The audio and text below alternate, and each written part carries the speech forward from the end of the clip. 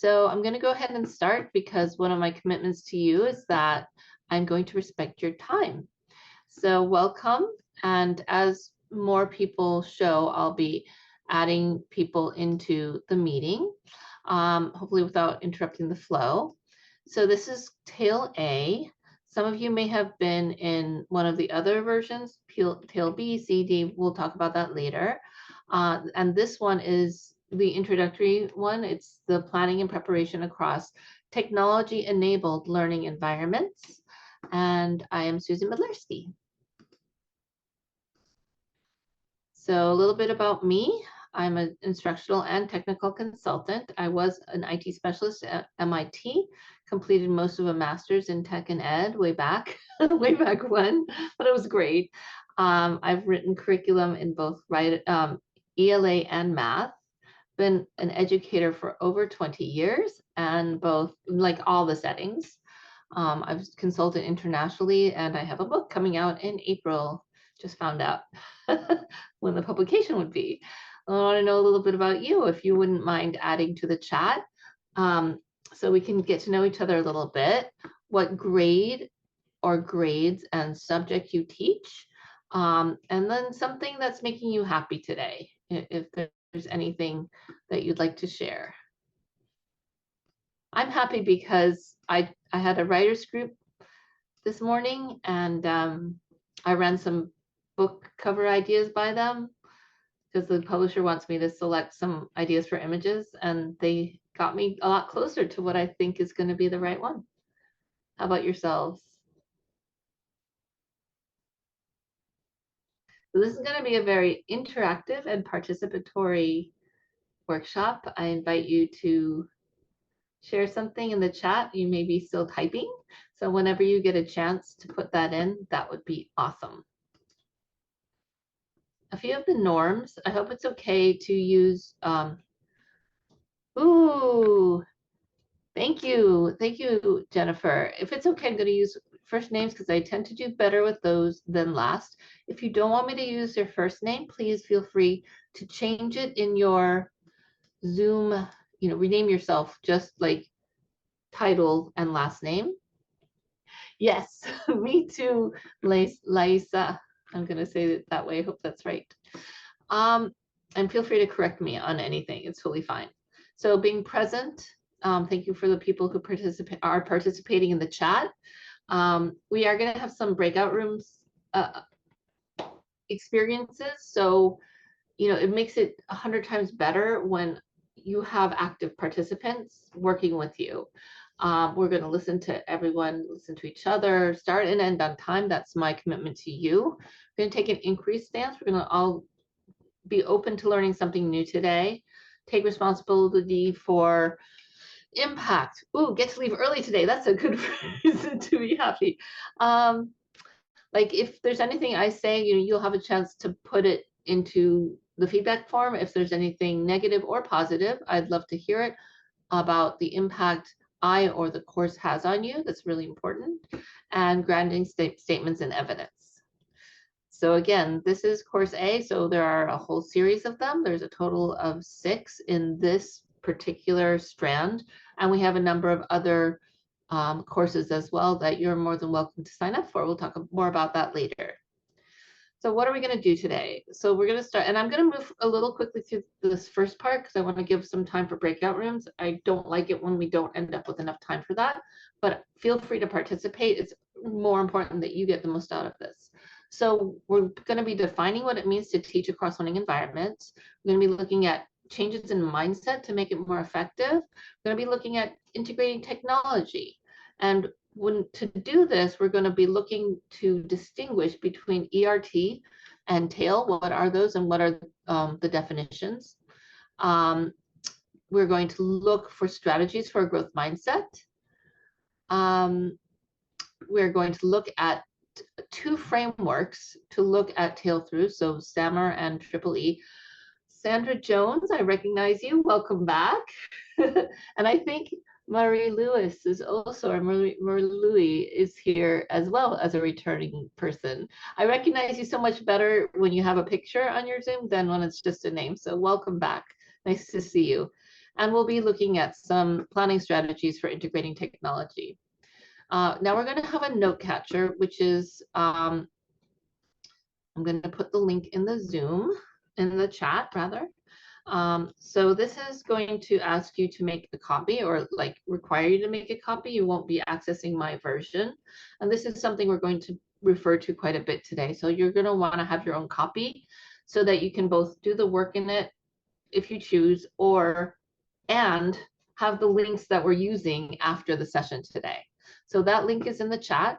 And if you take a look, this is what it will look like. We have activities and places to take notes on the activities. We have some graphics that will help us. We have some links to the work that we're going to do as part of the workshop. And then we're going to have follow-ups that you can then act on yourself, as well as a bonus page, which we'll talk about later. So if you need a new version of the link, or I will be pasting it in again if we have more people joining us later. But either way, just let me know if you need the link again. Can someone give me a thumbs up to know that you got in okay and everything is good on there?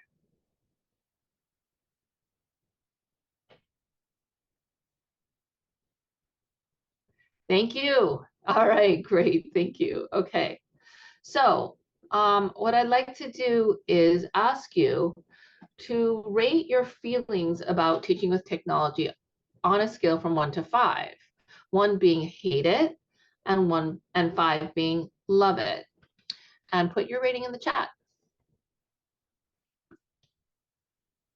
Sandra says 3, 4, 4.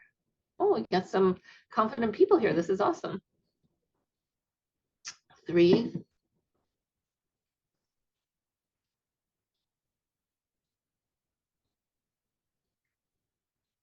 Anyone else?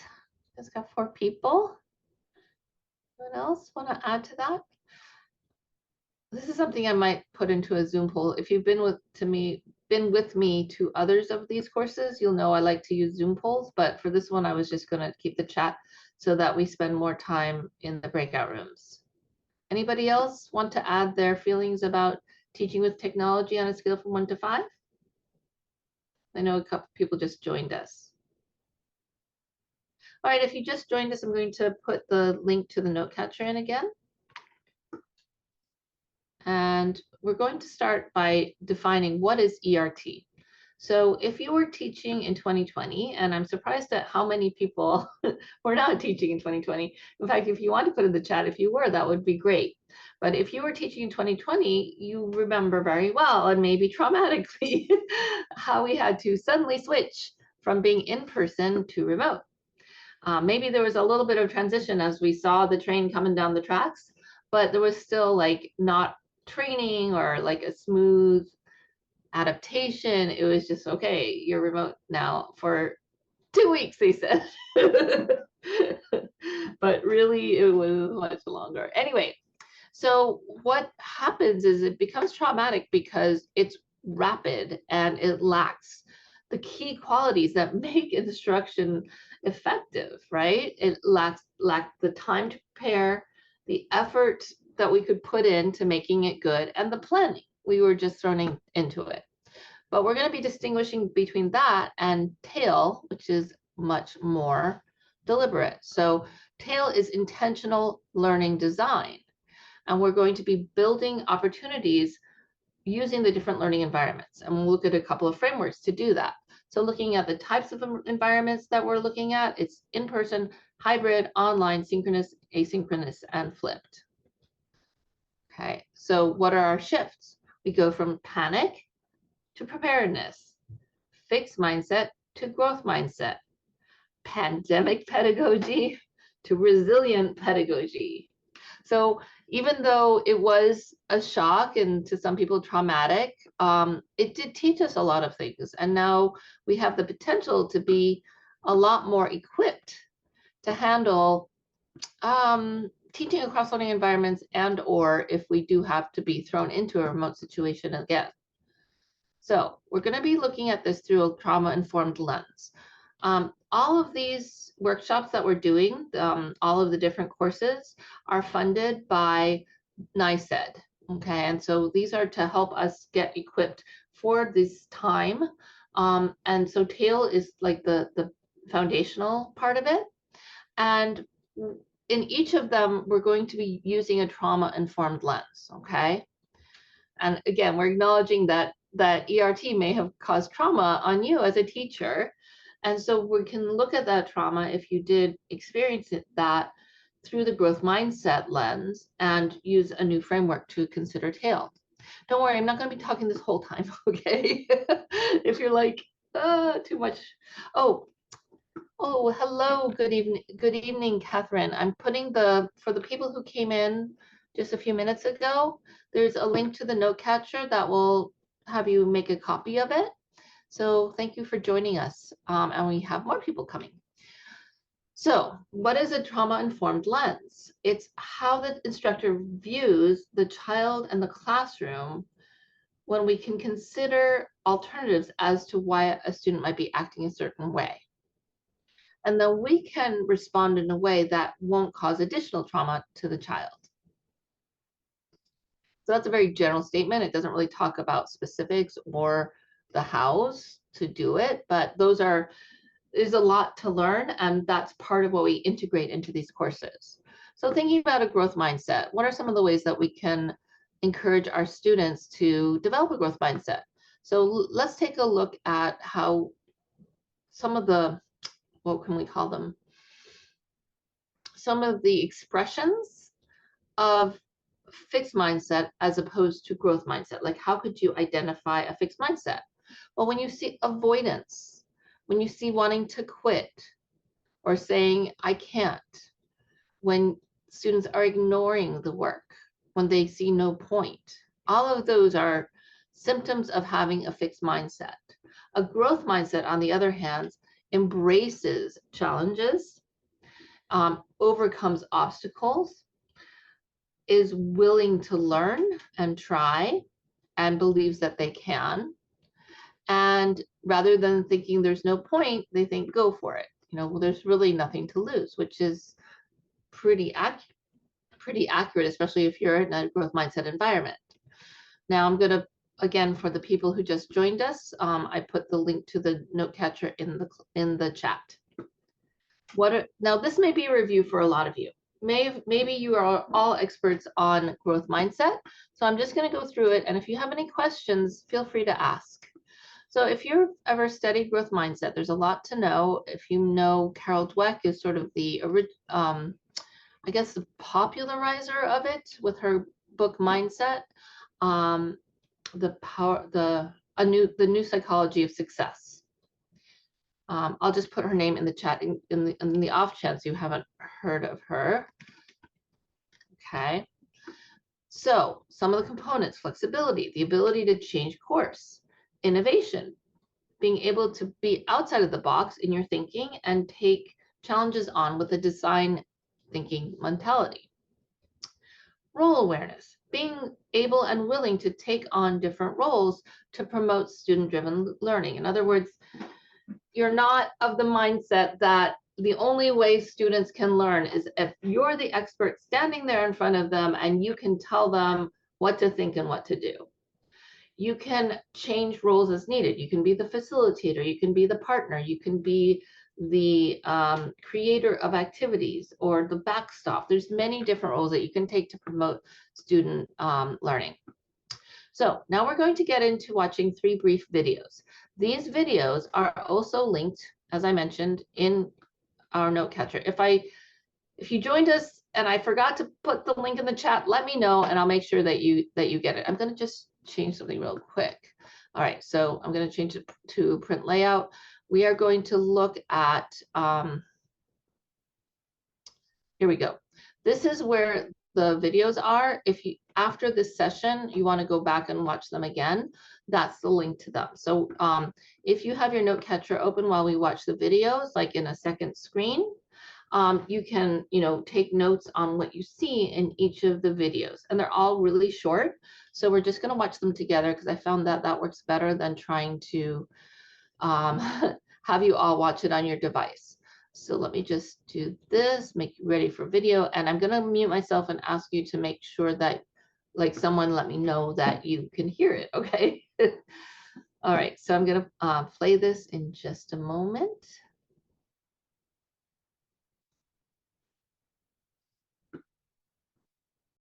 The skills teachers need to be successful in a blended classroom are very similar to the traditional model. You have to have patience.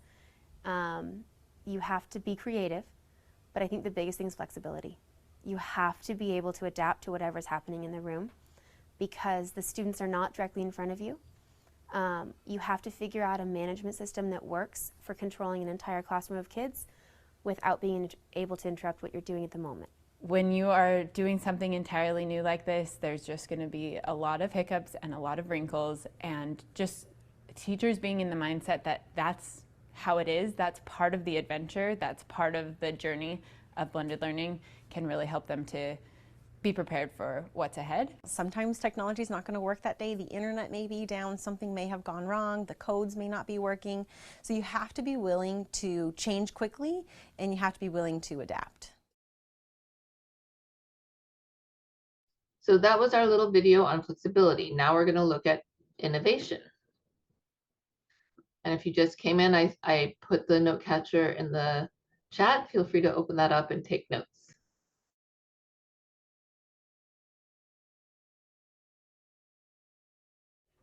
So you have 14 left over now? Okay. One big mindset that teachers need in order to make blended learning work for their classroom is a huge positive attitude. And persevering, like you tell your kids, persevere through it, you have to persevere through and try different things that actually work for you. It's incredibly important for them to just be okay trying new things, right? To go outside of what they think is appropriate for their students, and to kind of push beyond that and to see what's possible. I think the key skill a teacher needs to be successful in a blended classroom is adaptability and willingness to learn. I think that you don't have to be a technological genius, but I think you need to be open and willing to take the dive, and that's the biggest step, and be okay with failing, and be willing to ask questions and ask for help. You have to be a learner, and as teachers, sometimes we're not always learners. This discipline, this movement is constantly changing, and I think to stay ahead of the game and to stay with the game and with the times, you are constantly reading and asking questions and having a thought partner as well. Things are going to change and things are going to be hard and it's going to be kind of chaotic sometimes, but that innovation really makes it worth it. When we're trying new things, we're continually iterating. We need that mindset of it might be different tomorrow than it was yesterday, and it might be radically different in a month than it is today. And we might drop this program that we're using and we might pilot a new program, but sort of that mindset of feeling like I'm excited to innovate, I'm excited to try new things. Teachers really need to embrace that to powerfully use blended learning in the classroom.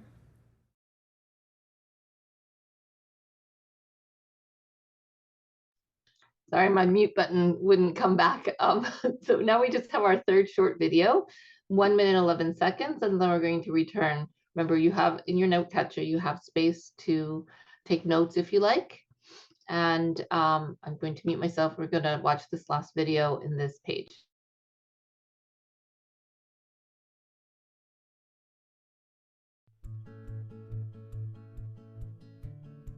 In a next-gen blended environment, a teacher mindset must not be about controlling behavior. It needs to be about inspiring student behavior. Probably what's most important are the skills the kids will learn about goal setting and making a plan and understanding how to learn. Those are the skills that the teacher needs to be facilitating. Who did what, where, and you can't be with every student at every moment, and so you have to let them take care of each other for a while. So releasing some of the control of classroom management is a big learning opportunity. Children are using tools to learn and guide their learning versus me as the teacher standing in front of them and teaching them. They're driving their own instruction. I don't stand up there and tell everybody to be quiet and I'm teaching. It's more, okay, you know, what are we going to research today? Because we would have a list of the things that they want to learn, and then, well, how are we going to do it? But it's more exciting. I think everybody learns from everybody else, and I learn from them too.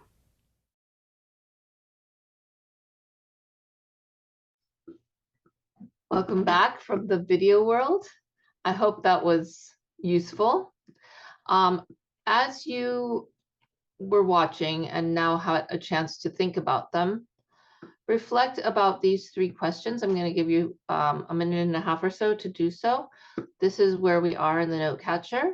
The 3 questions are: which component of growth mindset is most significant to you and why? And which is most challenging to you and why? And then write, I used to blank, but now I will blank.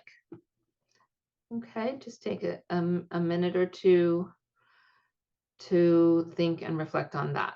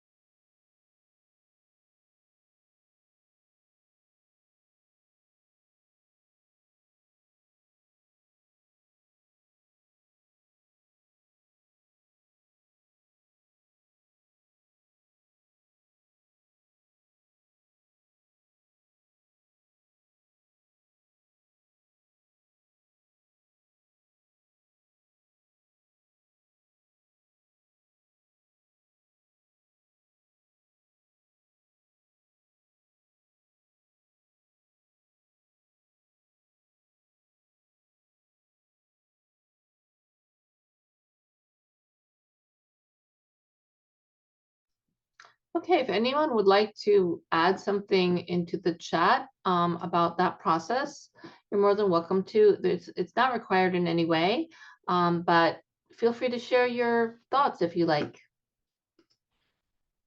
And as we do so, we're going to move on to Mindset Meets EdTech. So EdTech is just a short word for education and technology, and it refers to hardware and software that is made to enhance teacher-led learning, right, in classrooms and overall improve student outcomes. Okay. We are going to do a second activity now, which is a stop and jot, which is to first reflect on the question, how are students in your class now interacting with your technology?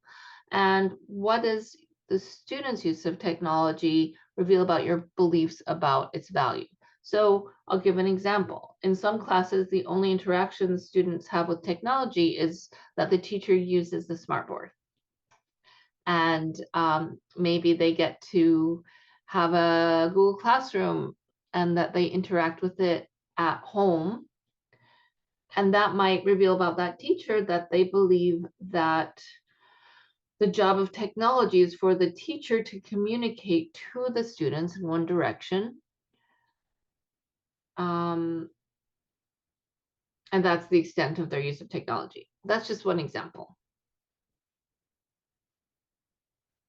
So go ahead and do a stop and jot. And again, feel free to add anything into the chat. We'll also do some sharing when we get into breakout rooms. So, and this activity 2 is on page 2 in your note catcher. Interesting. So Suha said something very interesting in the chat about their use of technology in a special needs setting. So how can we make that easier, for example? Because there's a lot of there's a lot of technology that's actually developed or designed to help students who have special needs. And so I'm very interested in adaptive technology, for example. Anyway, that's a whole other discussion. Let's take a look at some of the frameworks, and thank you so much for sharing that. They are engaged when you use the smartboard. Yeah, that's great. What age are they? Sandra, do you have Go Guardian? 8 to 9. Okay. Yes, I do have Go Guardian, but that Yeah. doesn't stop them from going to Instagram or even looking at themselves in the mirror. Yeah, you're right. You're right.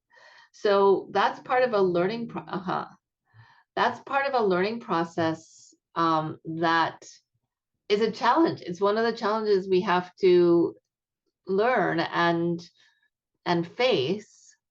And it's pretty I'm going to table that for a minute because I could say a lot about it. I've coached a lot of classrooms with technology.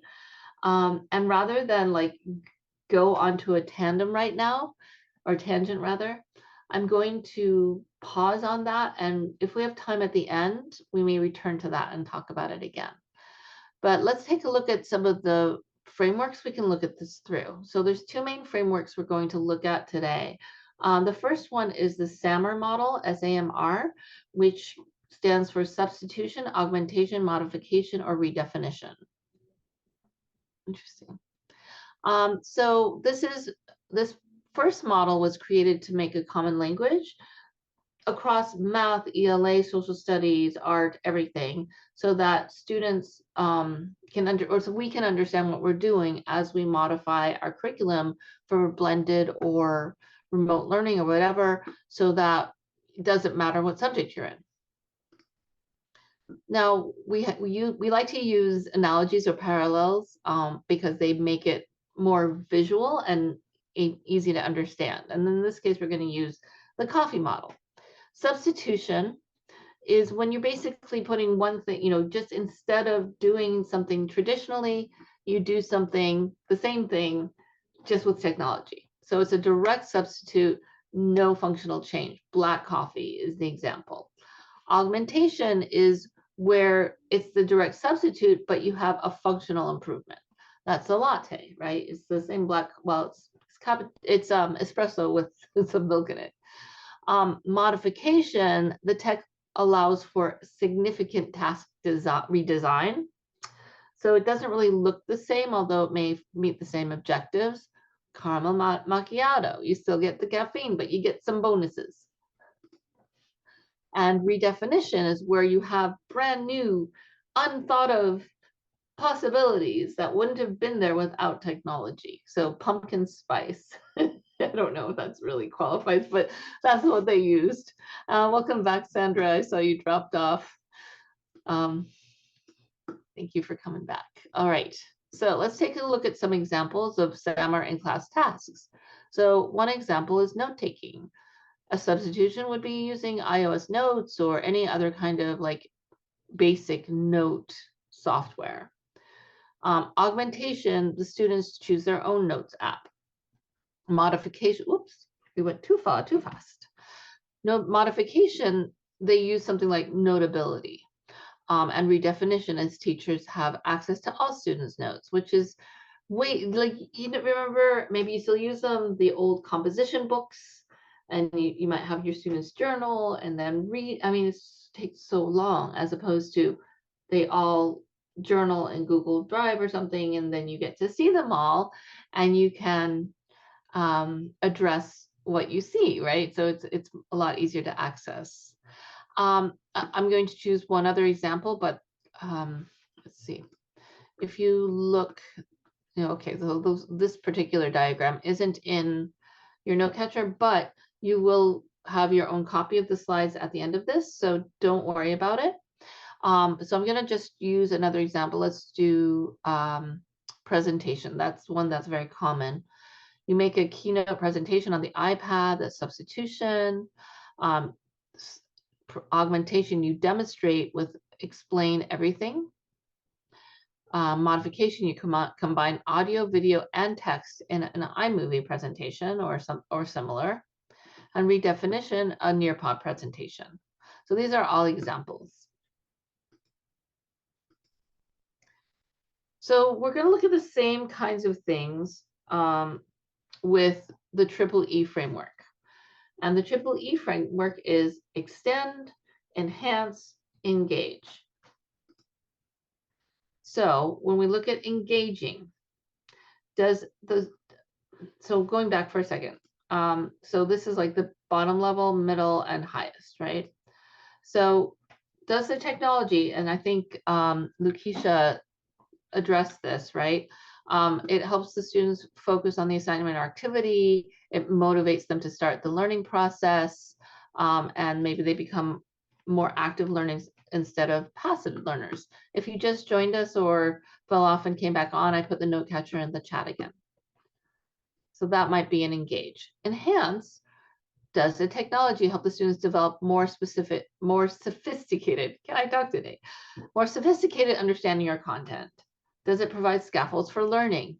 So if you've ever experienced like a sophisticated Google quiz where, let's say you miss a question and it goes back and reviews the content you missed, or like Khan Academy does this, it gives you the opportunity to watch a video if you didn't understand something, or if you missed something, or you want to learn more about something. So that enhances your learning process because you have additional possibilities to learn the same thing. And maybe you have scaffolds in it. And then creating unique paths for performance-based learning and assessment that can't be achieved with other tools. So that, again, I'm going to refer back to Khan Academy. If you've ever used it, you know that it does assess where the learner is and then creates adaptive programs. So they travel upon a path that's unique to them. And if they go and they take an assessment and they feel something that they previously seemed to master, it will kind of lower their level on that skill and give them additional support to get stronger in that skill. Extend. So does the technology provide opportunities for students to learn outside the traditional classroom? Does it provide bridges to connect the learning between the classroom and the students' outside lives, whether it's cultural or social, whatever their experiences are? Does it allow students to draw from and develop skills that they use in their everyday lives? So that's kind of like the highest level. So let's take a look at the emphasis in the different frameworks.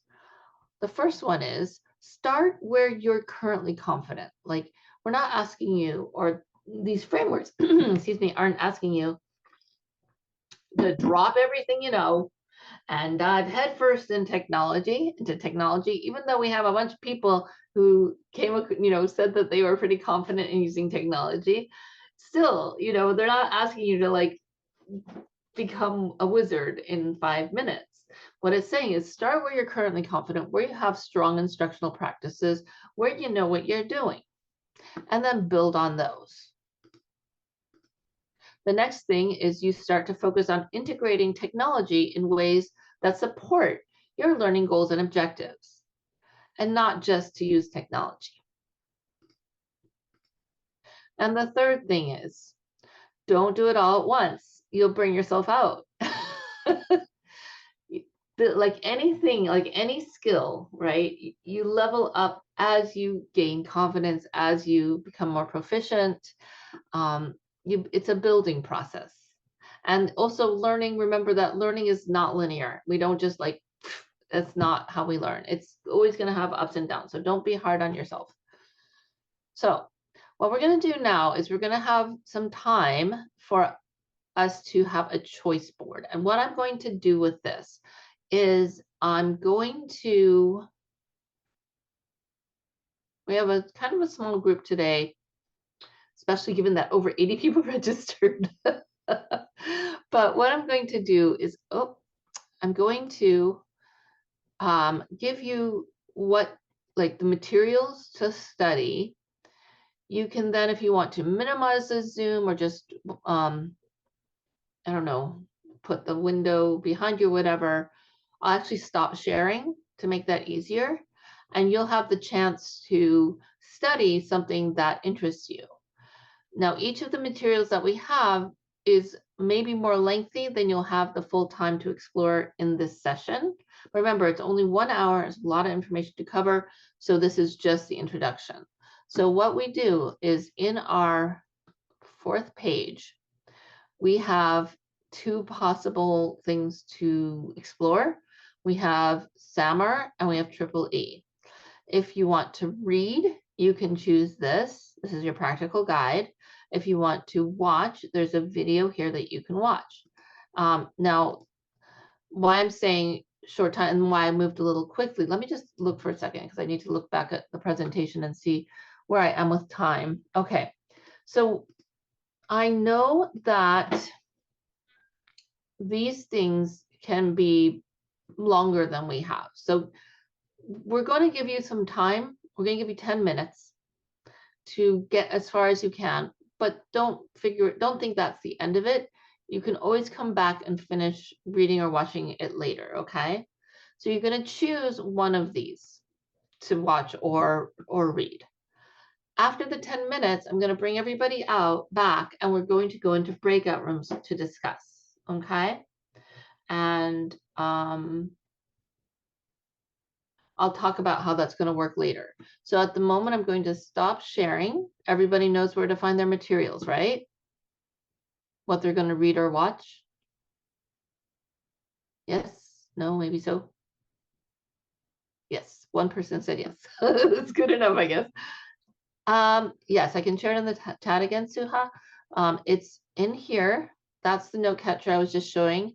And it's on the 4th page, has the links to everything that you can access. So when we come back, so it's going to make you make a copy in your Google Drive, okay? So Suha, when you see it's going to, would you like to make a copy? You're going to need to say yes. If you're not signed into your Google account, it will ask you to sign in and you just save it in your own Google Drive because it's not a shared copy, it's your own for future reference.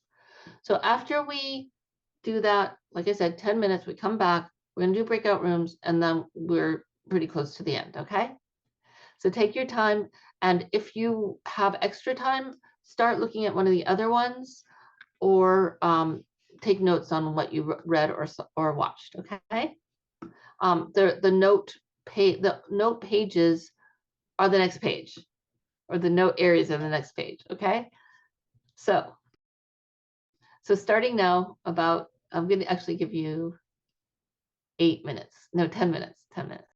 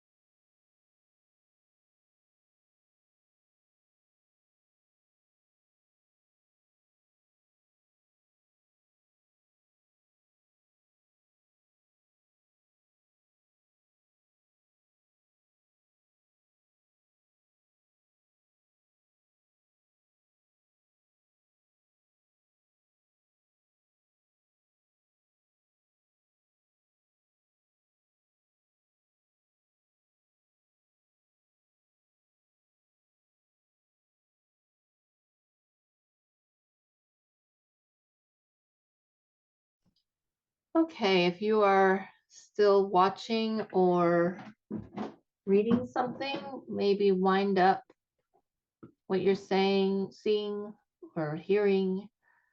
Make a couple of final notes and be ready to rejoin us.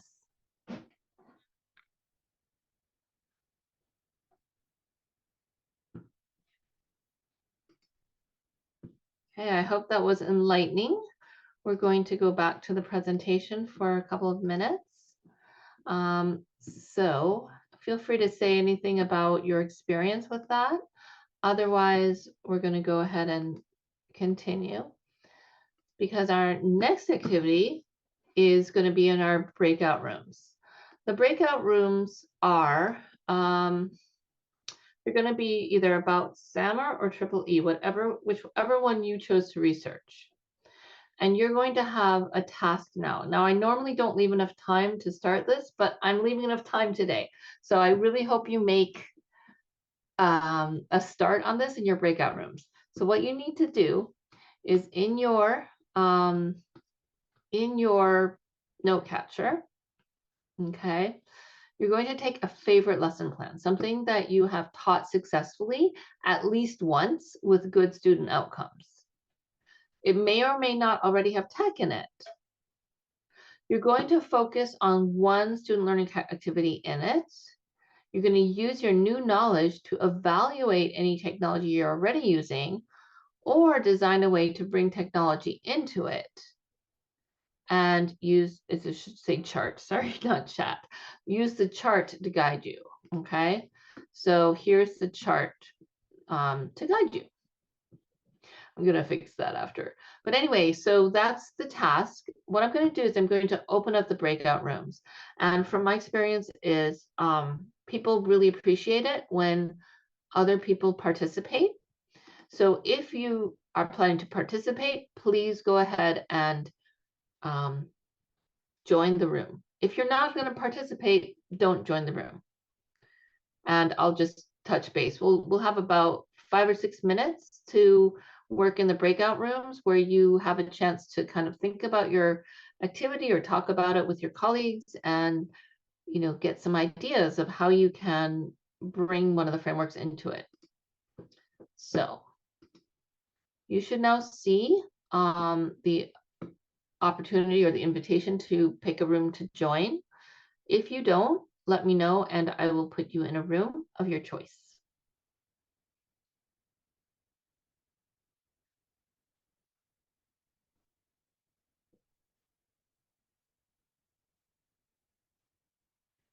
We've got 2 people in SAMR. Anybody else want to join Triple E or be put into SAMR or Triple E? Okay. All right, so there's also maybe on the bottom of your screen, you may see, here, let me stop share for a minute. On the bottom of your screen, you may see a little button that says breakout rooms. If you haven't updated Zoom in forever, then you will, you will not see it. So I'm going to ask you, let me put you into SAMR. Okay, and Jeanette, if you'd like to tell me what you'd like to go into, I can put you in it.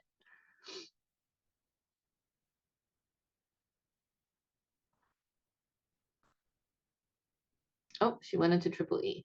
Does anybody else want to go into Triple E with Jeanette?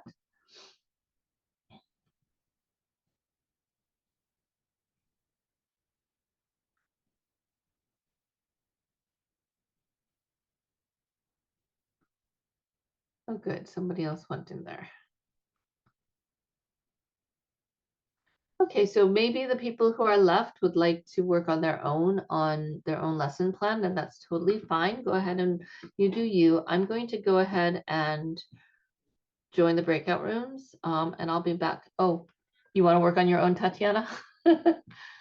Either if you want to be put into a room, just tell me. Otherwise, okay, got it.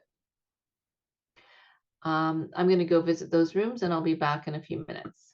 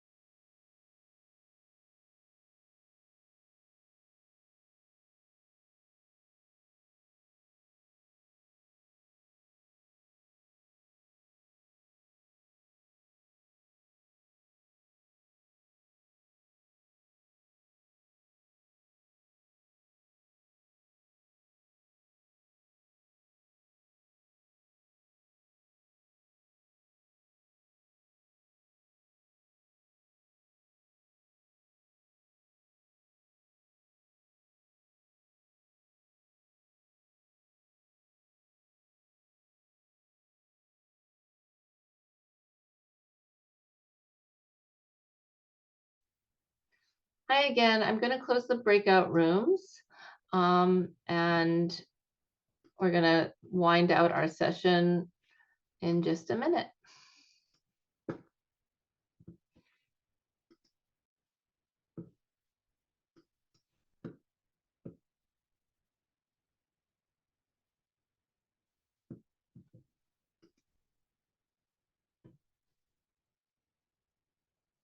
Welcome back, Anthony.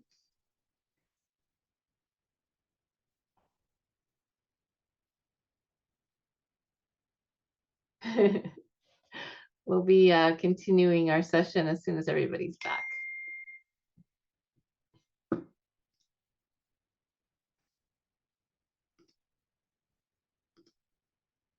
Okay. Back.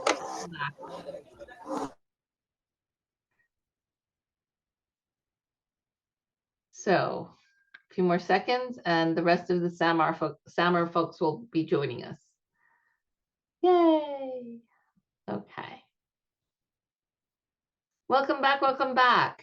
Sorry to pull you out if you were having a productive discussions. I would love to hear if you have anything to say about that. Feel free to share it in the chat or in the feedback form when we get to that part. But this is where we're going to be able to apply what you learned today into your classroom practice. So this is the activity to continue. You know, we just had time in a very short session to get it started. Use your new knowledge, apply it, see what you can do with it. Now, next steps. We have lots more credits. We have additional courses like TailB next week will be presented by someone else because as I mentioned at the beginning, I'll be going to the USVI for work. But then I'll be back for TailC and then there's a bunch more. And then we also have a number of other courses that you can sign up for. You can use the QR code, or if you go to solveconsulting.com, you can look for CTLE courses right here. And you'll see you can go with synchronous, asynchronous, and then data insights are a whole other one. So that is basically our session. A couple more slides and you'll be ready to go. If you refer 6 people to our courses, any of them, you'll get a $50 Amazon card for your classroom. Just make sure you use your referral code and that they use it when they sign up. The survey, I misspoke earlier. It is optional. It's not required to get your CTLE. You'll be getting it either way, but you know, it's valuable. Like I just heard something from my sessions from last Tuesday rather, that it's going to make me redesign one of my courses because they had a really good idea for how I can make it better. So that's important. Let me put the link in the chat for the survey. We do ask for your personal email account as well because we've had some issues with DOE emails. And then if you have any comments or questions, feel free to email me. Again, you'll have a copy of the slideshow. If you go down to the last page, you have both the sign up QR codes and the copy of the slideshow. Now, we did run out of time to address that question about how to manage student use of technology. If anyone wants to hang around to have that little chat, you're welcome to. Otherwise, thank you so much for joining. I hope to see you another time. For those who came back, it's lovely to see your pictures anyway again. Yeah, thank you so much for being great participants in this session.